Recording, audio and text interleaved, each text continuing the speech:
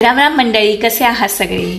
So बऱ्याच लोकांनी माझे रील्स बघितले आणि मला विचारलं की अबुधाबीमध्ये जसं तू बोलत होतीस, अलेनमध्ये जसं तू सांगत होतीस की बराचसा पाऊस आहे तिकडे, दुबईमध्ये पण पाऊस पडतोय. तर हो, 2 दिवस खूप पाऊस होता, एक्स्ट्रीम पाऊस होता, म्हणजे अनएक्सपेक्टेड होता.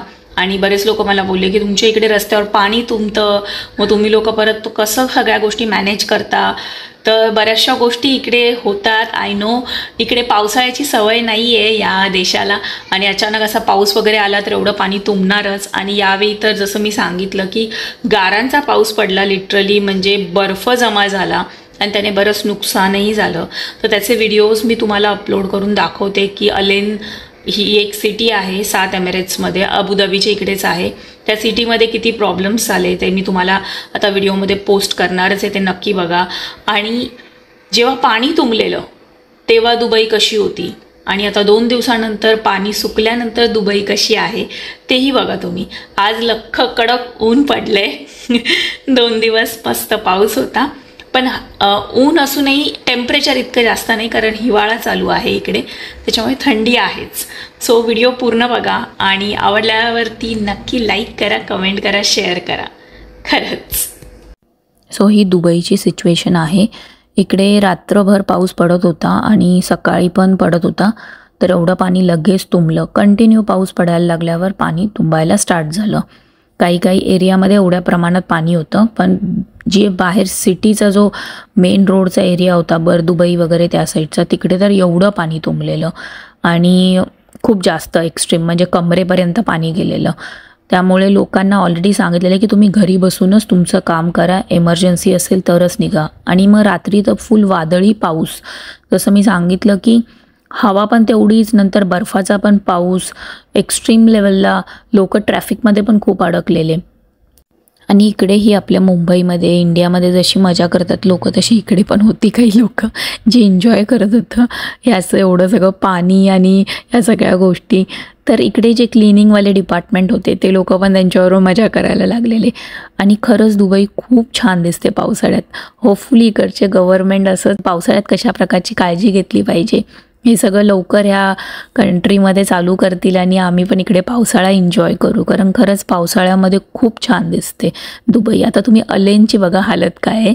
अलेनला हे खरं आहे. खूप लोक मला बोलले की नाही, हे युरोपमधले वगैरे व्हिडिओज असतील, आम्ही पण बघितले, पण नाही, हे रिअलमध्ये अलेनचे व्हिडिओ आहेत. गाड्या अडकल्या आहेत, लोक गेअर देऊन गाड्या मागे रिव्हर्स करायचं बघतायत. जसं वाळूमध्ये अडकतात तसंच या बर्फामध्ये अडकलेल्या गाड्या होत्या. ह्या लोकांसाठी पण सगळ्या ह्या गोष्टी फर्स्ट टाईम होत्या. इकडे पूर्ण वादळी पाऊस, खाली जे पाणी जमा झालं आहे त्याच्यावरती सगळा बर्फ आहे आणि ते नंतर पाणी गोठलं आहे.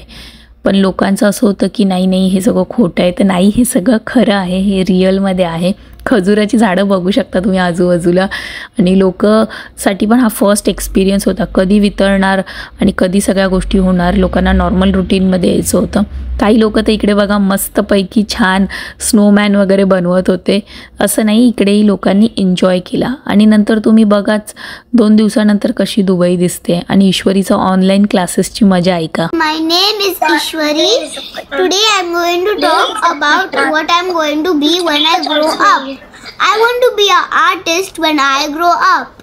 I like doing sketching, coloring and drawing with crayons.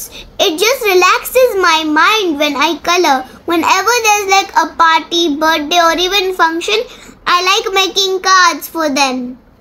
I hope you like it. Done. Thank you.